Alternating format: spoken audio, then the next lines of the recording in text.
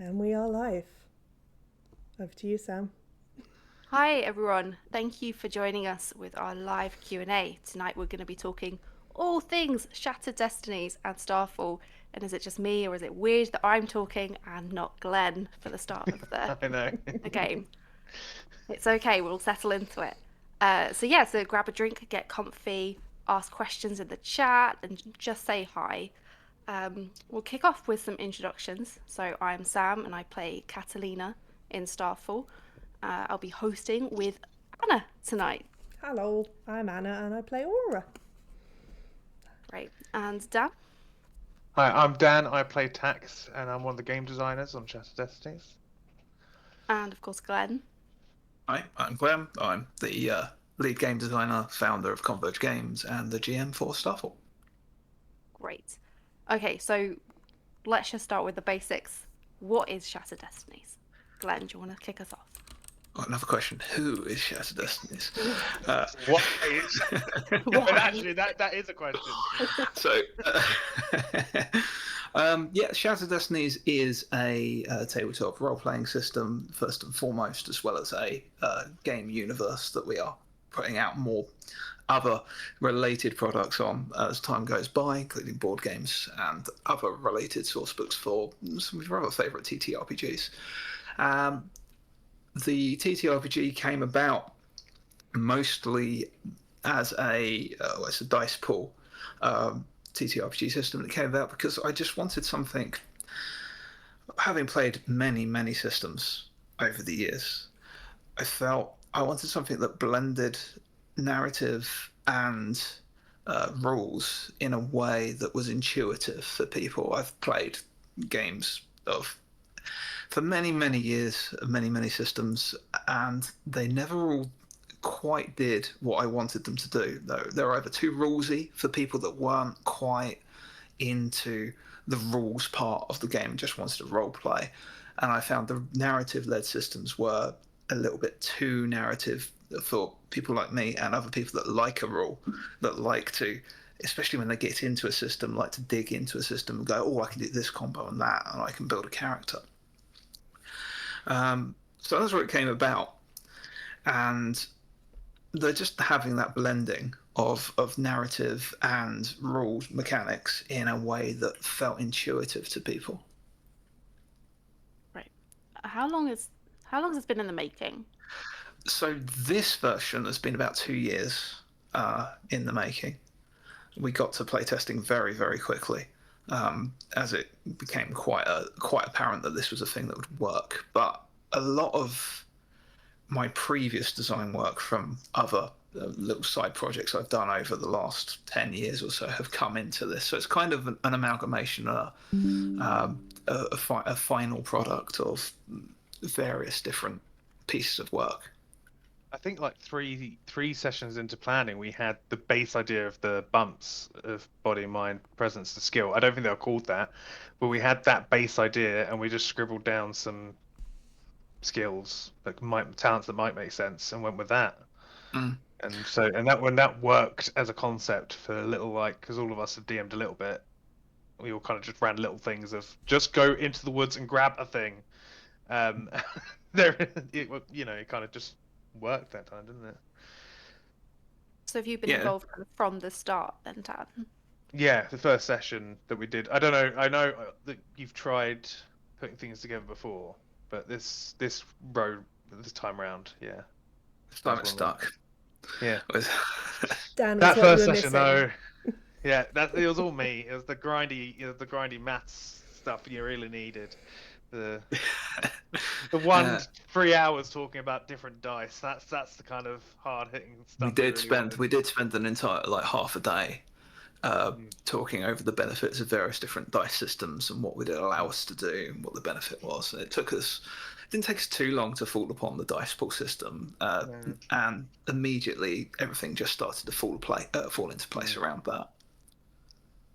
So it uses D6 dice, which I am grateful for the not having as much maths personally, so I don't have to do so much adding. It's very helpful. Just having to count my successes instead, much easier. I found a lot of people found that the same, and also it's quite fun to roll a lot of dice. So when you get those big dice pools, especially when you're Anna, Yeah, I and was gonna have say, those. Anna, how many dice what's your biggest number of dice that you roll? I roll 50. I roll 15 for an attack, I think. Wow. Yeah, with the but then you Plus could put any your extras that I get bonuses for. Another good thing about it being D6 is if you don't have enough dice, you can raid the board games you have for the extra dice. And you remember to put the right ones back in the right places. Yeah. Yeah.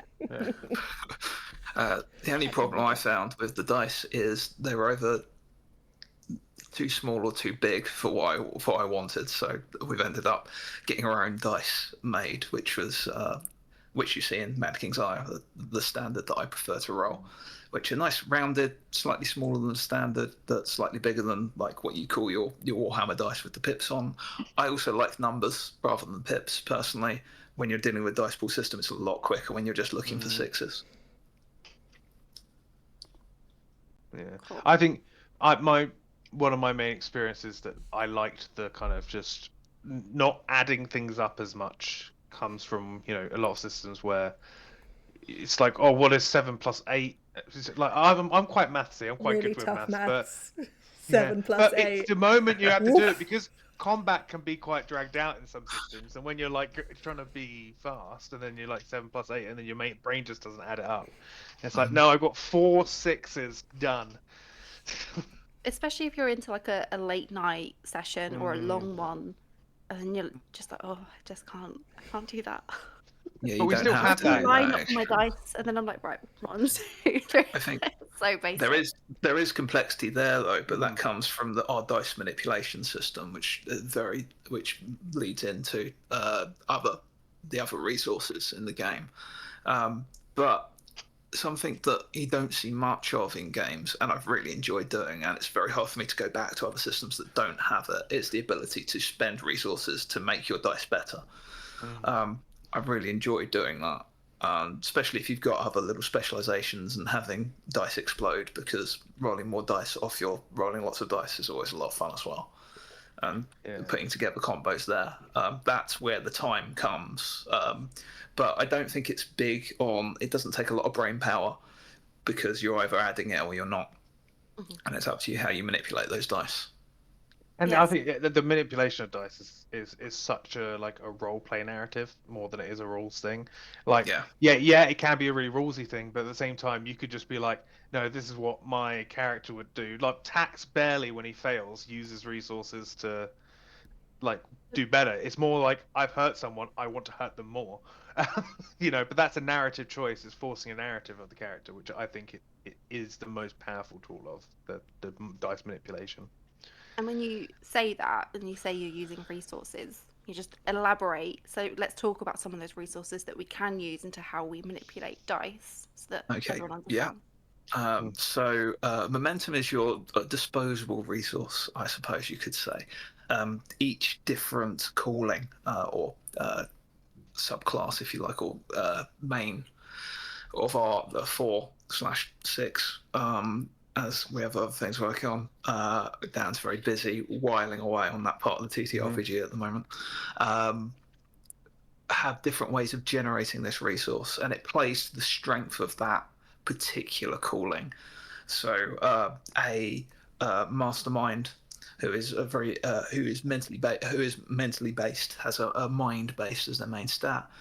They gain momentum when they succeed very well. They gain superiority bonus for proving their intellect and their prowess to everyone else. It's very much that, aha, see what I've done moment. And it gives them resources that they can spend on manipulating dice rolls and activating abilities and casting spells as well. Momentum will also come when you fail a test. It's our little fail forward mechanic. So if you fail a test, you gain a point of momentum, which you can then later use to manipulate a dice roll. You can spend 1 momentum to re-roll a dice. You can spend 2 momentum to add 1 to a dice. And every path has a number of abilities that they can activate with momentum as well. And spells also cost momentum. There's no spell slot or per day system for spells. It works on using your resources, but if you don't have momentum, you can always use your vigor, which is effectively your HP, which you can use to push those dice results or activate those abilities that little step further. When we say resources in the system, we mean either vigor or momentum. So I always enjoy that, because there's that point of, I really want this to succeed, and I don't care what it costs. You can really push your character's resources, and it creates a attrition-like system. Then the final resource is your wounds, of which you have 5 wound boxes, which will fill if you take damage or use more vigor than you have available. They fill up over time, and when you get 5, you're knocked unconscious and in danger of dying, or character retirement of some other form. I suppose if you get full stress, you just go into a catatonic state. Catalina state. And then you couldn't even take a far trip, because that's dangerous now.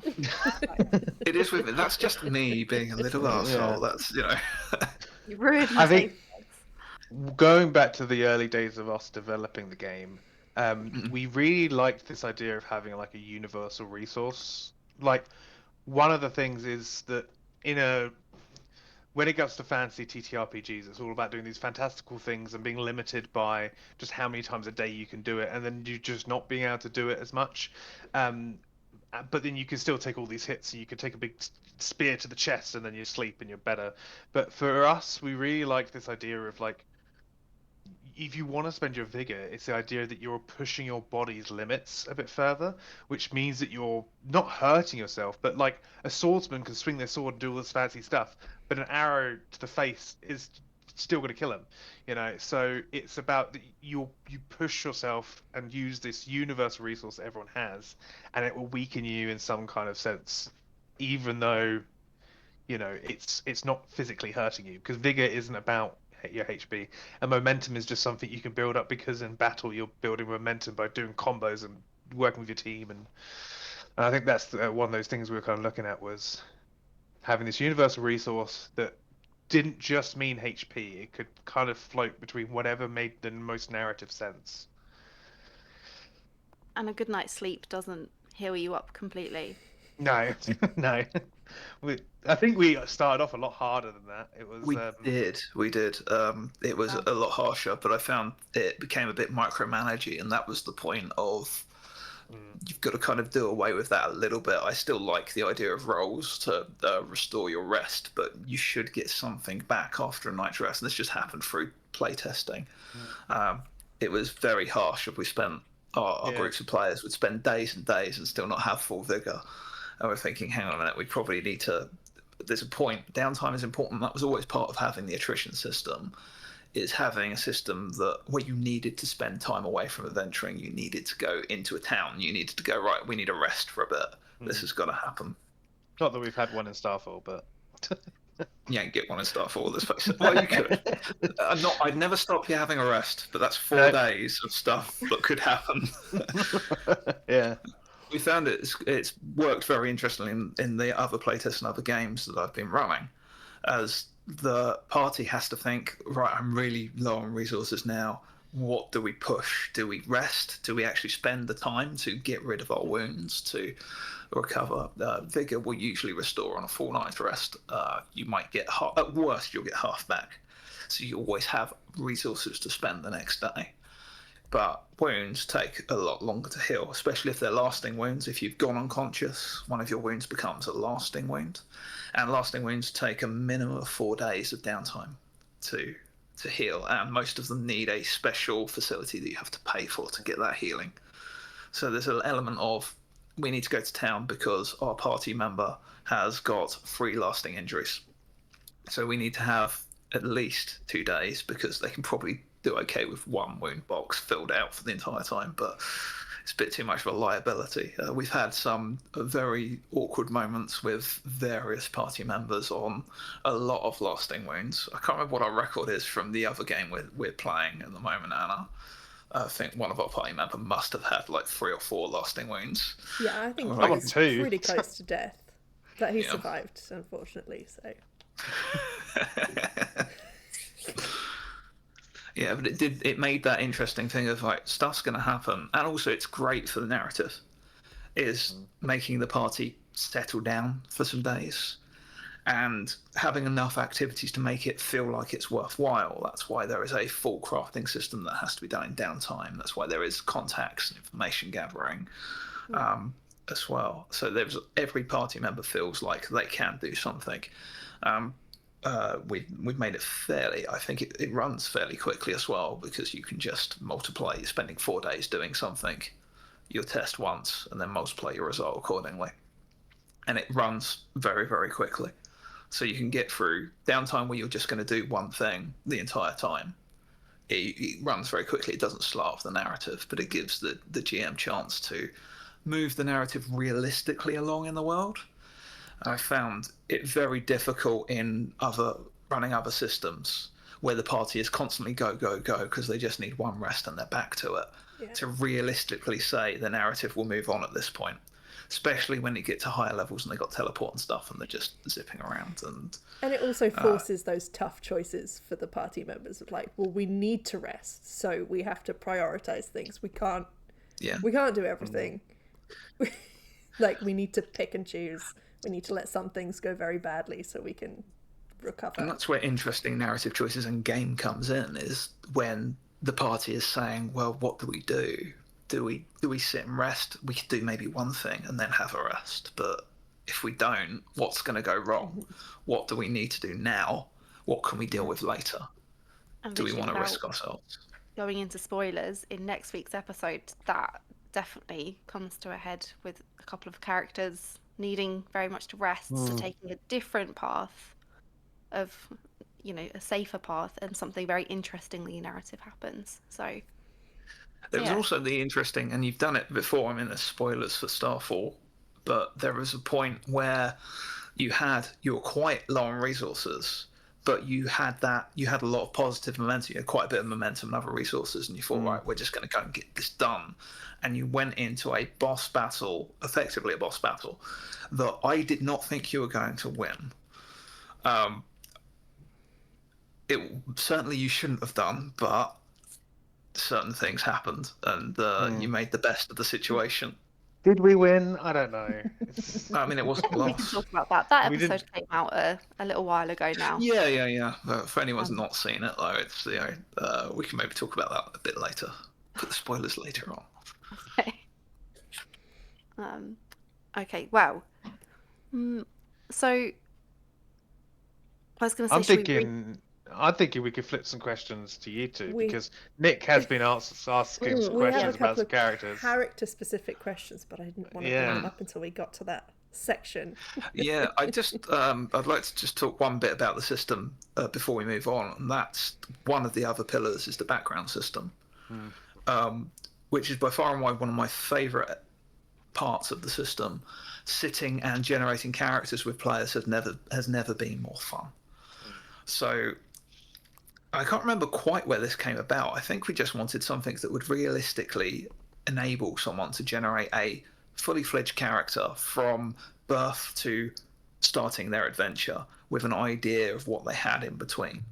So we came up with this almost a step-by-step system where you work out your place of birth, if you like, and then your upbringing, what happened to you and you're being raised, your obligations, what you did as a job before you started adventuring, and then it all ends with your inciting incident, the thing that caused you to go adventuring.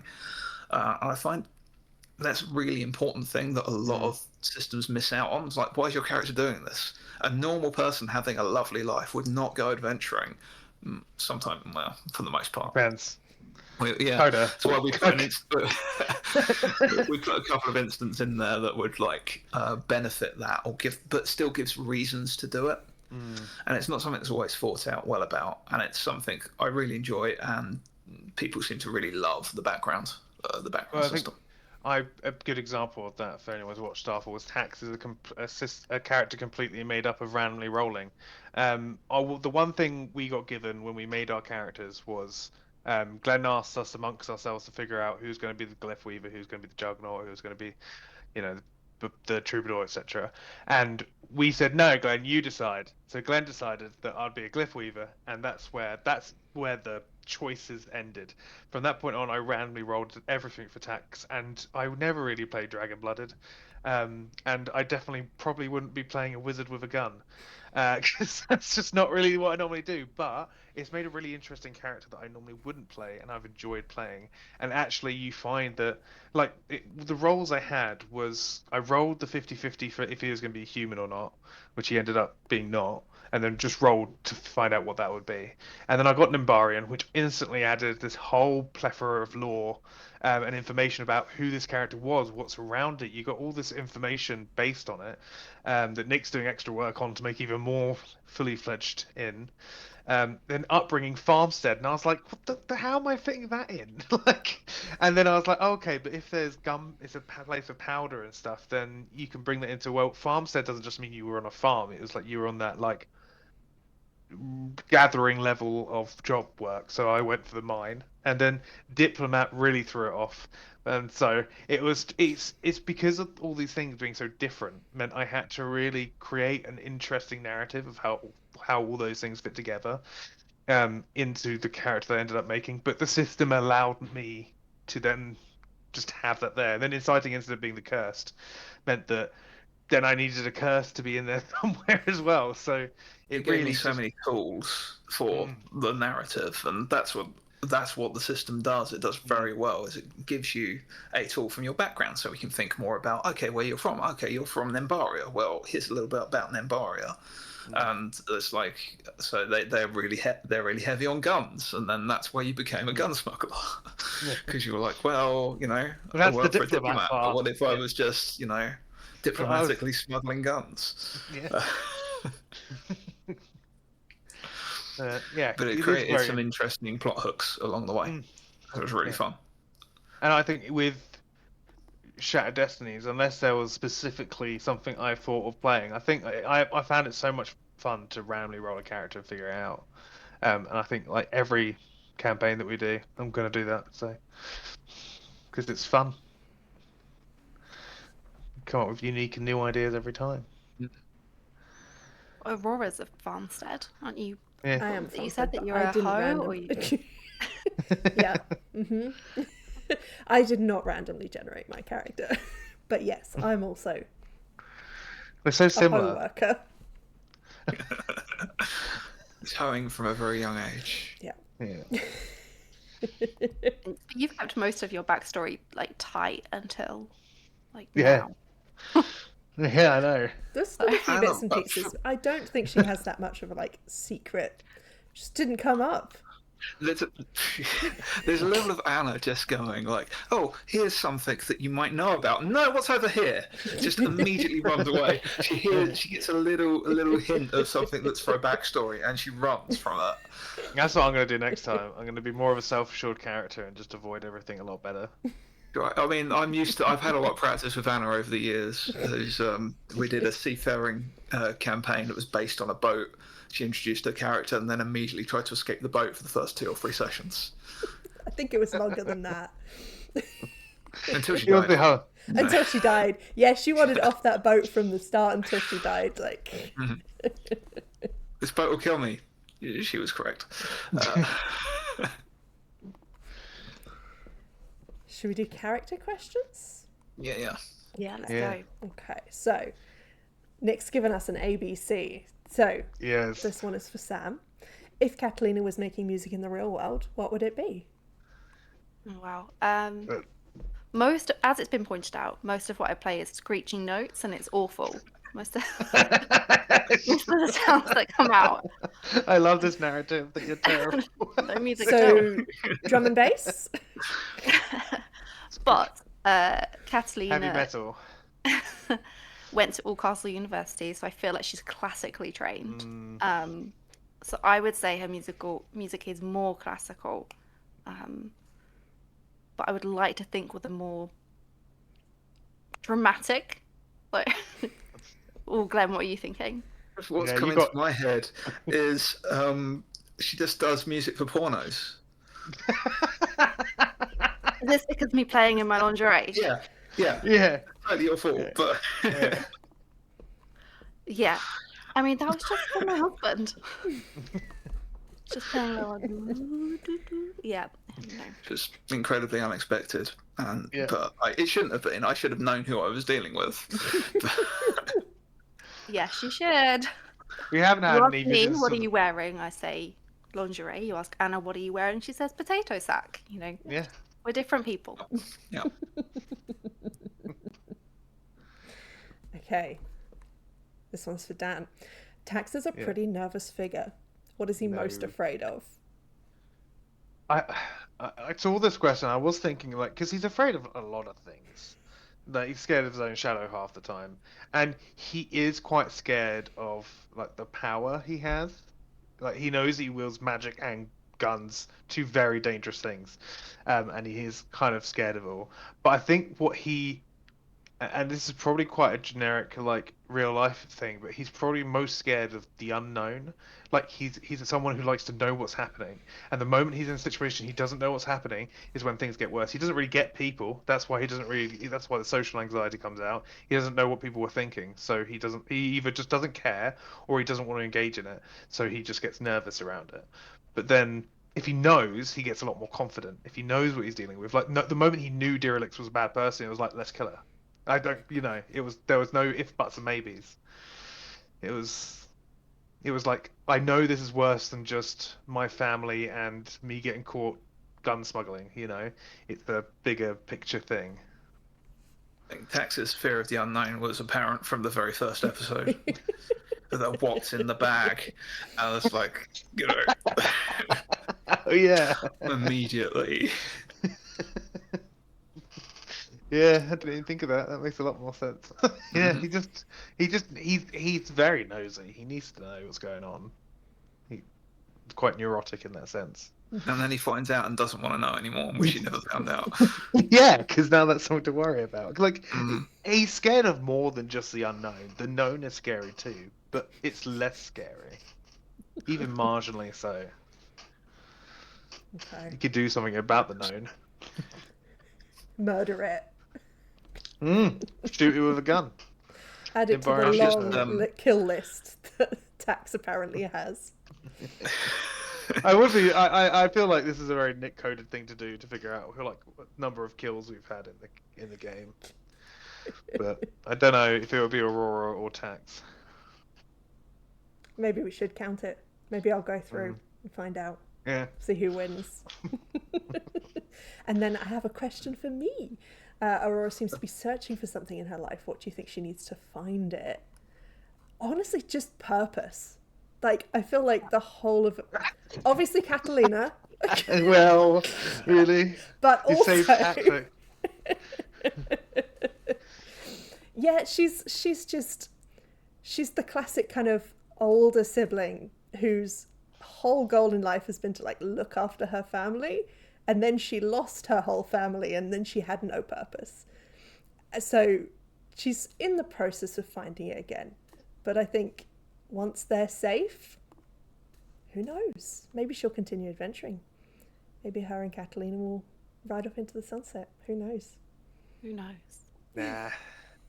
Maybe That's too nice of Glenn. Maybe she'll die. I think Tax is going to die first, let's be honest. You know, it's so wounded, and she never heals. Glenn does not let me heal. Also, I have 3 dice in my endure, so my chances aren't great. Yeah. But then if you've got momentum, that's the other thing about the systems. Like when you go into like dying, and you have to make an endure test every round, otherwise another wound becomes a lasting wound, and once you've got 5, game over. But you can still use your resources to boost those rolls. So if you've got momentum left over, you can still use 2 to add 1 to 1 dice, or even if you've got some vigor, use that as well. And of course, if you fail that endure test, you gain momentum. So you've still got that chance. So it is a lot harder it's impossible to one-shot a player character. Almost impossible to one-shot a player character. There are massive damage rules which haven't come into play yet. And it would be, and that would be taking a serious hit. I mean, the sky is due to fall like tomorrow. Yeah, So... yeah. The sky falling is a lot of damage. Not if you're in a cursed cave. Spoilers. It's for things that haven't happened yet. Who knows? We may never get there. Yeah. Who knows? I can't remember what happened on Monday. Okay, well, instead of talking about what's coming, I think we should look back, and maybe this is getting into spoiler territory, so if you're not caught up, and maybe... I think I'm doing real bad with that already. Hands over your ears. But I wanted to know kind of which dice roll maybe had the most impact or changed the narrative more than you expected, kind of one of those big moments where this is spoilers, but the Derelicts fight is probably the big one. Yeah. Where you all accidentally stumbled on one of the secrets of the with the harmonics and the song and Tax's connection, and that's when the hints that you're all kind of connected to everything going on in Starfall came out. It was always my intention from the start, is those strands you saw within your dreams that were wrapping around were all connecting in some way. That was always like the main secret, the main connecting thing of Starfall that none of you knew about going into it. So I think you stumbling on that about three or four sessions before the actual, like, the dreams and everything else. And again, the dream part, that was, I suppose, the encounter with Dahlia up on the hillside, where I wasn't expecting that to happen. I was like, okay, what would happen in this situation? I think, and then Tax started to get a bit worse with forces pulling him apart. There's been so many of that, and that's what I always love about TTRPGs in general, is there's that moment where the players go, what happens if I do this? And I mean, there's one in next week's episode that Anna does, so keep your eyes out for that. I'd agree. Like, for me, it hasn't come out because there's so much to talk about from next week's episode. This week's is that's a big one. I think that moment in the Derelicts fight is, I think it changed the narrative of how we're speaking about things. Like, as the guy, the magic person of the group as well, it was like my language changed because of how that fight went. It was like, rather than being magic, it was like, no, how the music of magic, the sound of magic, and then it changed how I was interacting with magic going forward. But I think for Tax, if I was going to go another moment outside of that, maybe think about a bit back, that's probably been on my mind because of how a roll went for the entirety of the campaign, was when I recognized who the Order Knight was. That's changed exactly how I've played the game. It's changed so many things I've done. It's been on my mind the whole time. Obviously, revelations to come. Yeah, things to come out at other dates. But it has changed how I've been playing, is knowing that piece of information. Which will come out more later, maybe. That's next week. Next week. There's a lot of revelations next week. I can't wait for a new confident Tax. No, not at all. You really realise it's still like a god and the most evil man in the world around as well. Like, fighting for his soul or whatever. Fuck, I don't know. There's still unknowns. There's something I don't think enough about, because I think Tax is scared to think too much about them, so Dan's not going to think about them either.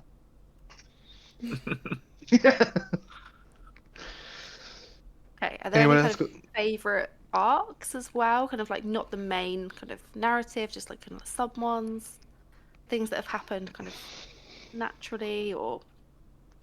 I love forcing Tax and Catalina into situations together where they have to just have conversations. It's my favourite thing in the world. It's just, I feel like most of the time it's just Tax following along Catalina while she talks to people.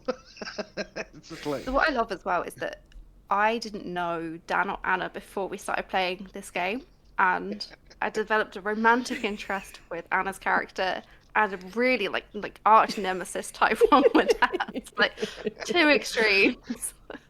I'm gonna love one of you, I'm gonna hate the other. And that just happened really naturally. Just maybe, yeah. I don't know. Don't know, something about our faces or something. But yeah, it's quite fun to hate you. But I feel like you'll get in towards like just annoying little brother. That's kind of how Catalina sees you, I think. Just like you keep talking sometimes, and it drives me mad. Yeah. Like not you personally. Wait, let me. Dan has that. Dan has that as well. Don't worry. No. You know when like you get really nervous and Catalina's like, "Oh, come on." He just doesn't know what to. Yeah. Let's stop stressing about this now. Any others? I was really interested in whatever, like, I feel like it's barely been touched, because I know we joke about, like, oh, what's going on with Aurora's stuff, like, she's, like, how things so much. Coda is the real one here. He just had some guy around that he had a secret meeting with, who found out a bunch of information with us, and we've never touched on that again. Yeah, like, and he's being, like, chased by the world's worst assassins. And we're just like, well, we know his stuff. Why. Yeah. And he's just so chill about everything. Yeah. But like a little bit about Kai though is because he's been like playing my games for 20 years, and a lot of them have been set in Kinsor. Kinsor is a world that has grown and been developed collaboratively over the last 20 years by many people. Every decision, every game that's played, and he's played a lot of those campaigns, so he just knows a lot about the world and is very into what is happening. You'll see that on occasion, because I can name drop something that means nothing to anyone. It's a minor thing for the characters, but it will get his eyes going wide. I'll just drop a name and you'll see his eyes just go So much. Yeah. So that's what I do for Kai to keep him in. I'll just drop a name and he'll be like, what? Okay. He just wants to hear old things come back up and look after us. Well, yeah. So he wants to hear old things come back up. I think I've just traumatized him so much with various different more of choices he's made and things that he's caused the world to do. You know. So you're just punishing him in a new campaign with his old problems. Yeah. Yeah. Okay. To be fair, in another campaign that we're in, I feel like I've got that. In another well, I'm getting that with Tax as well, but like it just started raining blood at one point, and we were like level 2, and it's like, what do we do about that? So that was the timelines converging when we were playing the games. So I do keep quite a stringent timeline. Every game has a timeline, and sometimes campaigns happen at the same time. And sometimes timelines cross over, and something that's happened in one part of the world will affect another. And you just get a little... It's just kind of, this is something that's happened because of something that's happened elsewhere in the world. And I'm like, you can go investigate if you like, but it's just something that's happened. Not related to your guys and your guys' problems, but it's now. Yeah, there's another group of idiots somewhere else in this world that are really fucking things up very badly. There's one thing that Kinsor has never had a shortage of, and that is groups of idiots. I think my favourite is Aurora and her sisters.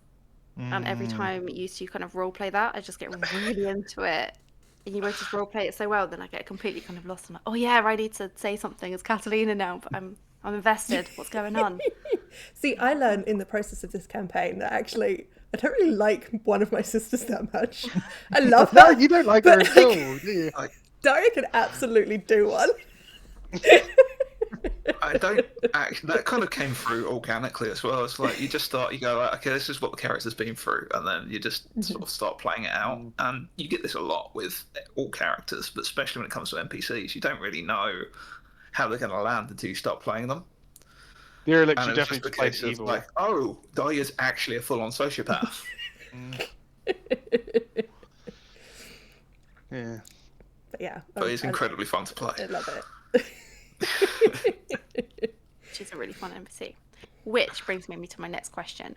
If you could play any other character, NPC or otherwise, not yourself, who would it be and why? I mean, obviously Albert. Yeah, Albert would be good. Obviously.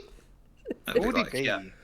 if well, this is it. We'll have to do it. We can do a small we can do a small little run. Dan can DM it, and I'll play Albert, and everyone else can play other guys, and then we'll see. It should all be Alberts. There we go. That's something we can run and we Albert can do. all be part of the when Rabbit he was Clan. in the Rabbit Clan. Yeah. The Rabbit Clan. Yeah. I'm gonna put some real dark stuff in there, and like everyone else is gonna die. Albert's just watching everyone slowly die around him. Oh, it's gonna be great. Okay, maybe Dan doesn't. Yeah, that one. I'm gonna make it torture him for like days and weeks, and I'm gonna put some dark like history to his name, and make his parents evil, horrible people. Speaking of sociopaths. Now we'll play Daria. Quite naturally. Yeah. Maybe Mistress Floria. She's fun. She's a lot of fun. Dan, do you think she's fun? No. I'm definitely not playing Tax. I think Captain Kirk would be fun to play. Just smash it and not really care. Yeah. That's my kind of character. That's not the phrase I meant to make. But just I don't know, being a full-on fighter with really good recovery seems great, and just having How many lasting wounds do you have? What's that? How many lasting wounds do you have? 2, but that you wouldn't be getting rid of them either. I've never even had a lasting wound. Don't get that Well, kind of you're thing. not trying hard enough. Look, all my wounds are self-inflicted, so. This is true. We have another question from chat. Right. Oh. Yeah. This is for the players. Glenn, again, you don't get a question. Tough. I'm quite happy with that. You can ask. You could answer as well. Who is your favourite NPC from Starfall? Oh. I gotta say, I know she is really evil, but Derelix has been a great antagonist for me. It's like other than that one time we had to fight her, she's not really been like a thorn in our side, getting in our way, but her lackeys have, so she's always kind of been that present. Mm-hmm. And just for me as Tax, it's just been a constant like I can't do anything because what if she's there, and a constant like terror. So on the sense of like enjoying the roleplay of it, I think Derelix is my favorite NPC because of how she's made me have to interact with the setting. Mm-hmm. Sam? I would say Daria, because she's just multi-dimensional. Like, you don't know if you can trust her, but also she's Aurora's sister. And is she going to help us? Or is she going to protect you? Because of the things she's saying doesn't sound like she will. Mm-hmm. It's like, she'll protect us, but is she doing it out of like love, or does she have other motives? Because she definitely has other motives. Just don't really know, and I quite like that. Just like not really knowing whether you can trust her or not, and yeah, she always just says just really funny things as well. She'll talk to trees and fish, and yeah, she's my favorite. Mm-hmm. What about yours? I want to say Donovan, just because he's a chill guy, the ambassador. He reminds me of an old friend. Go who it was again. And I love the fact that Tex simply refuses to remember that man's name. That's also Dan. It wasn't he said the ambassador. I remember who Donovan was. I was like, he's Donovan. If I can answer this, like, there's so many characters here that are just like, this character needs to exist, but I'm gonna make them a little asshole just to make myself entertained. And I think that the epitome of that is Professor Lamort's in the mausoleum. Oh, yeah. Is he your favourite to play? Like, who's your favourite to play? Professor Lamort's is a lot of fun. Lady Blix is a lot of fun just to torture Yeah, Catalina. Lady Blix is really funny. The scrote of a man. I'm her daughter-in-law now. I think they're my favourite ones, yeah. Lamort's is great because it's just like, so like, oh, I've just done this thing. It's just like, should you have done that? I don't know, but I have. That's someone else's problem. That's a problem. Feel That's like a problem we're definitely for getting some great ones.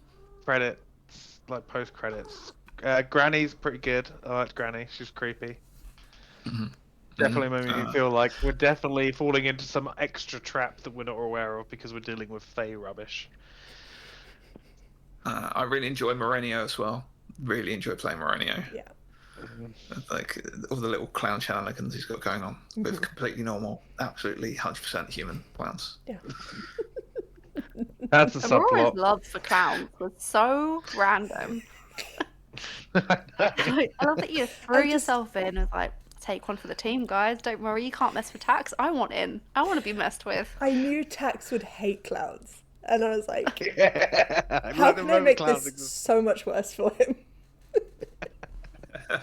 That's the thing I think we got quite There is right. that. Like, to be fair, from session 1 of the prologue that no one's necessarily seen, is your first thing you do is just make Tax uncomfortable, and you haven't really stopped doing that.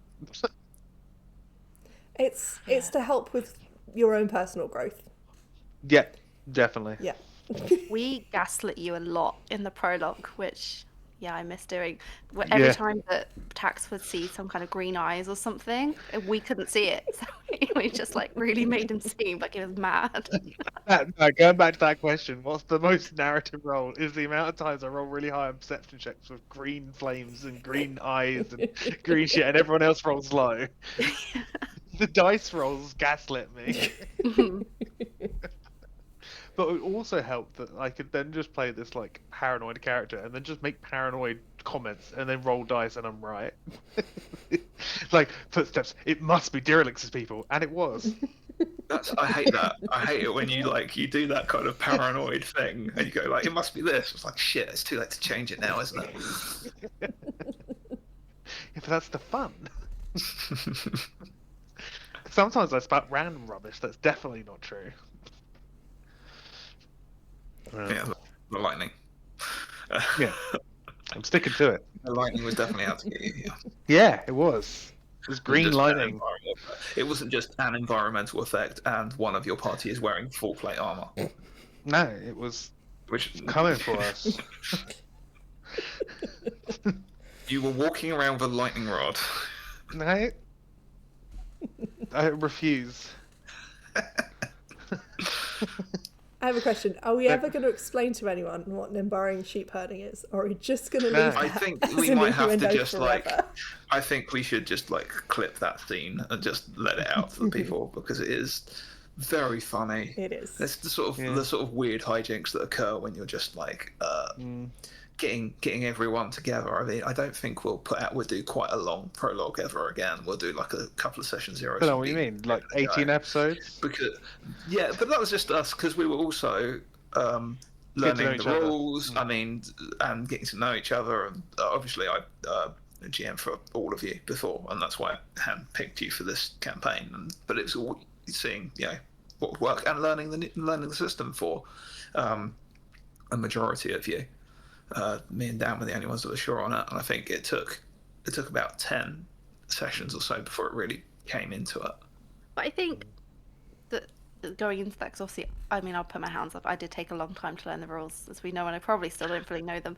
But that's because you initially it was just on a PDF that or a drive that you were constantly updating, and it wasn't in the beautiful hardback book that it is now. As soon as I got my hands on that, I'm like, oh, this is so much easier to understand. Like if I'd had that at the beginning, it would it flows really well. Like you understand it. I think I struggled just because I was reading it on my phone. It's massive, 1,000-page drive I couldn't search for, so I was scrolling where's this bit.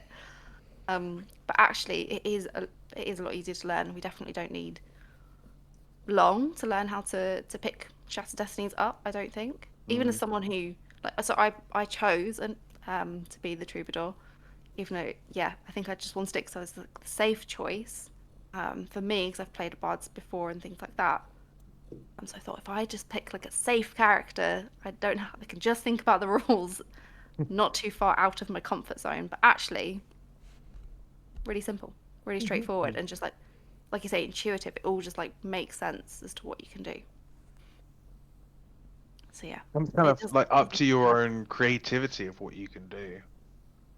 I think it's half of it. That the rules are there to support that. It's something that supports the narrative. You aren't having a narrative in spite of the mechanics. You aren't locked into certain decisions because the mechanics would prevent you from doing that. The mechanics aid the narrative and only ever make a stronger narrative. Like the derelict fight moment, like that. I think that is a perfect example of we took down a powerful enemy and got ourselves on top of that fight because we were inventive. Yeah. We utilized our skills and made Glenn have to think of the spot because we were going, oh, but this, oh, but that, you know. Can I? Is the question. And as a GM, I love that. That's something that I adore. I know it won't be for everyone, but for GMs that like a little bit of thinking on their feet and get a chance to actively kind of play, it's not just a foregone conclusion as to what's happening, on a railroad that you're chugging along to the end of. It's the system is there, and that's the threat system, which we haven't spoken about, is there to aid that as well. Yeah, threat. Let's talk about threat quickly. So threat is a GM's resource, a tool, if you like, that generates when players critical fail or automatically in combat, which is an indicator to you as to how dangerous the situation or the current scenario should be. So it's a prompt for the GM to just how mean should the GM be in this situation, which I think is good for all GMs really. I've utilised it as a tool quite a lot to go like, well, maybe I should make this. I've got free threat on the board and this decision's been made, so maybe I'll just make that a little bit, the outcome a little bit nastier because of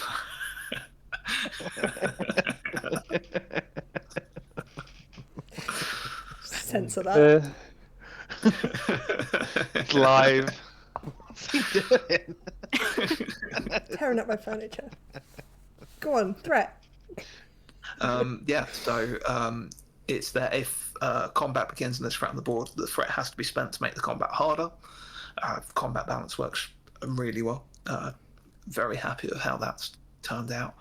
It's very easy to very quickly put together a combat scenario, which is challenging. Part of that's because the attrition system works with that really well, because even a minor combat can be a challenge because you're still spending resources to overcome it. And if you're playing it safe, you might end up taking more vigor than you want to. But yeah, the threat's there. There's also environmental effects that can be invoked from it. Certain environments give you suggestions of things that you could spend threat to do to make little hiccups for the party along the way.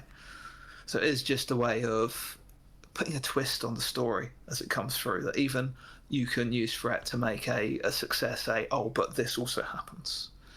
And it's just a little prompt there for your...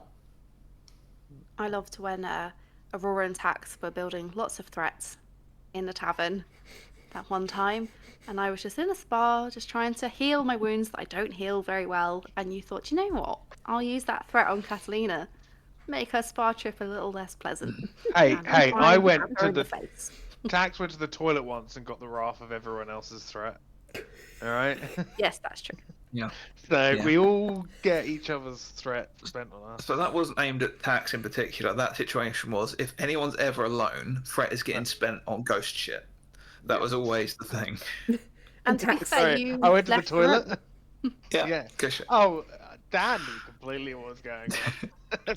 Tax just loves to That's what wander you off Never been to the toilet since. and make weird deals with men in bars. You know, Yeah. just can't stop him. Tax loves a man in a bar. Love a man in a bar. Doesn't really go well with me spending any long amount of time in a bar. It normally ends in some form of fight. Or I really enjoy that with. Yeah, I really enjoy that with Tax. When bad stuff happens and stuff just starts snowballing and getting worse, you're just like, yep, okay, yep, that's about right. Okay, and the toilet's flooding. Yep, okay, and shadows are coming out of the bathroom. Yep, okay, yep. Tax has just lived his life of things that always get worse. And he's not wrong. Just going like, yep, this has got worse. Burning down. Yep. Okay. Oh, there's a ghost behind me, isn't there? Oh, yeah. There it is. Yep. Okay. it's screaming and crying blood at me. Okay, yeah, of course. And it's got blades for arms. Okay, yeah, of course it has. Yeah. The thing is, see, that there's less unknown now that he knows it's got blades for arms. It's less scary. So, moving on slightly, one of the great things about Shattered Destinies is our artwork. Glenn, do you want to quickly mention our wonderful artist? Yeah, shout out to Little Bluebird, who is our amazing, talented artist. Absolutely phenomenal work. And the process is they're just wonderful to work with. Absolutely phenomenal. So we, for she did our all characters, we kind of sent like a bit of a mood board type thing, some brief descriptions about what we wanted and how we visioned our character. And I think we never actually showed it, did we? We did film this kind of artwork reveal, and we were all just in absolute awe of just how right it was, but also the level of detail. Like, if you zoomed in on every bit, you're like, that's amazing. Yeah, she's just incredibly talented, and every single piece of art I get commissioned from her is always, it's so much fun to when it arrives and I get to like send it into the group chats and show you guys, and it's so weird, like a world I've been writing in for 20 odd years and seeing these things to come to life. And I we got the Mad King art was one of those things, because he was like one of the earlier villains in Kinsaw, and so it's been around for quite a long time. And so to have that art realised as well was just fantastic. I've got to say, I'm not the best at visualizing things, or I don't think I gave much, and it's just taxed to a T. It's things about that she put in from like a because we all sent over our like what our character is like, and then she made something out of that. It was like there are things in the picture of Tax which are so Tax that I didn't even consider. But the moment I saw them, I were like, yeah, she's got the character down. Like, I don't even know how, because I don't think I gave her enough information. But yeah, amazing work. Cool. And then what's next? Is there much longer left of Starfall? And will there be another campaign after, in terms of just... Well, how long Starfall lasts is down to the decisions the players make. That's one session. I never plan out an ending. I never plan big scenes, because it always feels a bit forced if you force a scene that perhaps shouldn't come along. So how long is left it totally depends on the decisions to make. Obviously, there's only a few days before things start to go down in the story. But where we go beyond that, well, we'll see. If there's a point, we'll wait for a good ending point for the character. A point where the party would be splitting up and going their separate ways is probably the point where we will end the campaign, and then we'll pick up a campaign somewhere else in Kinsaw with another group of halfwits, and we'll see what. I'll roll for my character again. Yeah.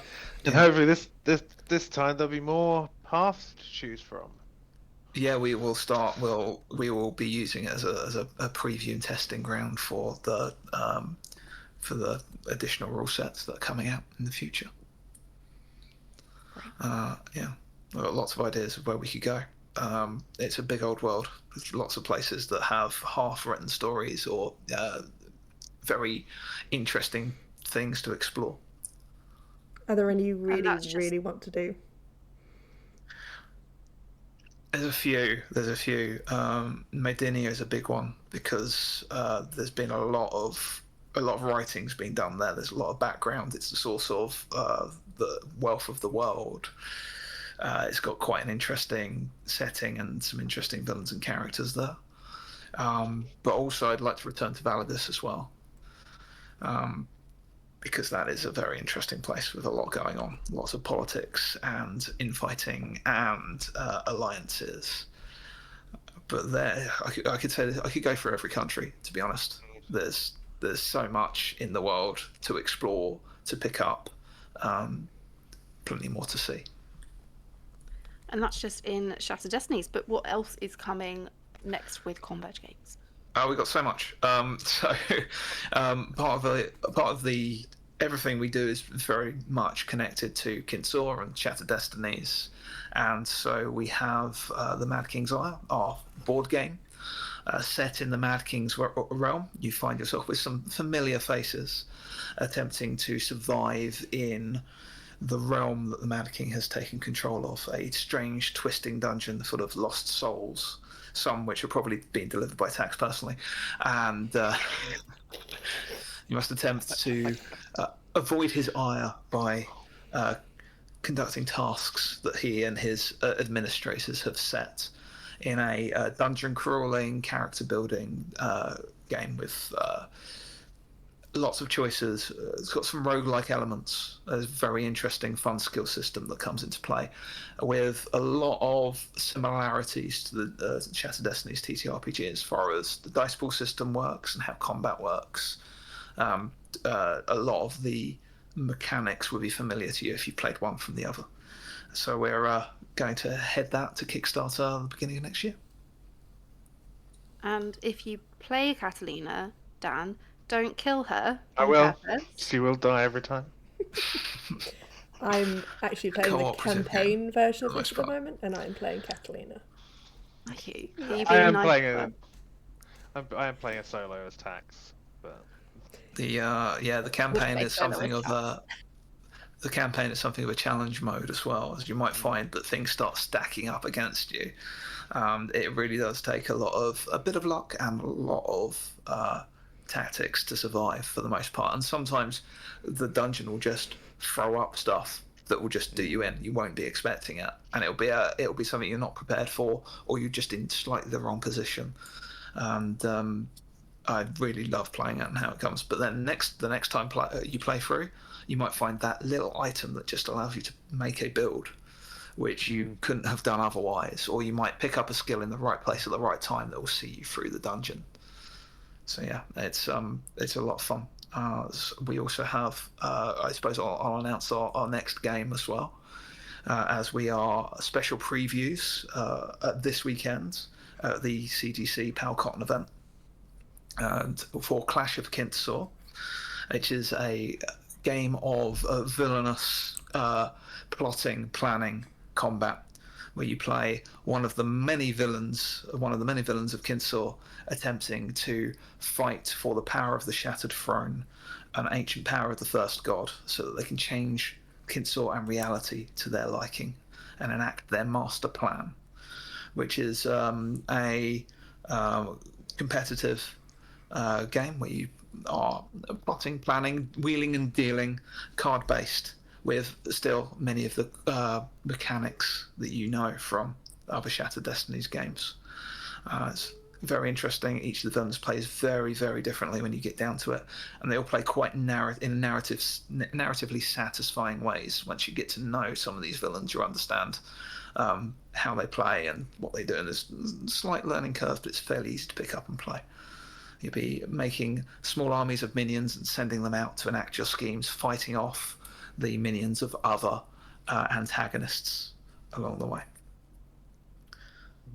Ooh, it's all very connected, very Glenn. It is. There is a third project which I suppose I could mention because I'm pretty excited about it, which is our Enhanced Origins, name to be fully decided.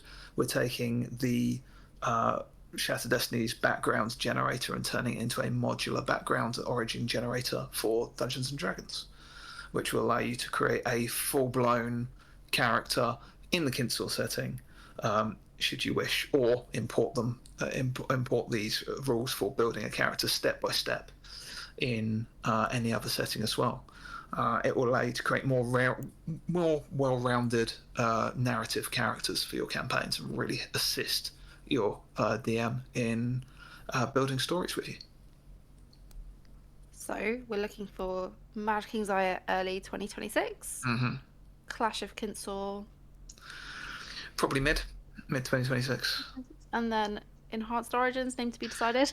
Yeah, Enhanced Origins is pretty good, but until Nick tells me something that is better, probably towards the end of 2026, they should all be coming out on Kickstarter. Or You're covered for the whole of the next year. That's basically. And let alone the stuff that's kind of happening in the background. And I never stop creating. I have so many half-built prototypes at the moment, along with all of the other Shattered Destinies TTRPG stuff that will be coming out as we develop the rule set further and build I've got upon Google the Sheets Heroes of Primer. I've got Google Sheets of half-written information all over the place at the moment. Yeah, there's a lot to come. So if you like what we're doing, support us so we can keep making stuff. Great. Well, I think that finishes up nicely our Q&A. Unless there's anything else anyone else wants to say before we go. I don't think so. Good. No. Okay, cool. Well, thanks for watching, everyone, and watch our episode next week. It's going to be really good, as we've already hinted. And we'll see you soon. Bye. Bye. Bye.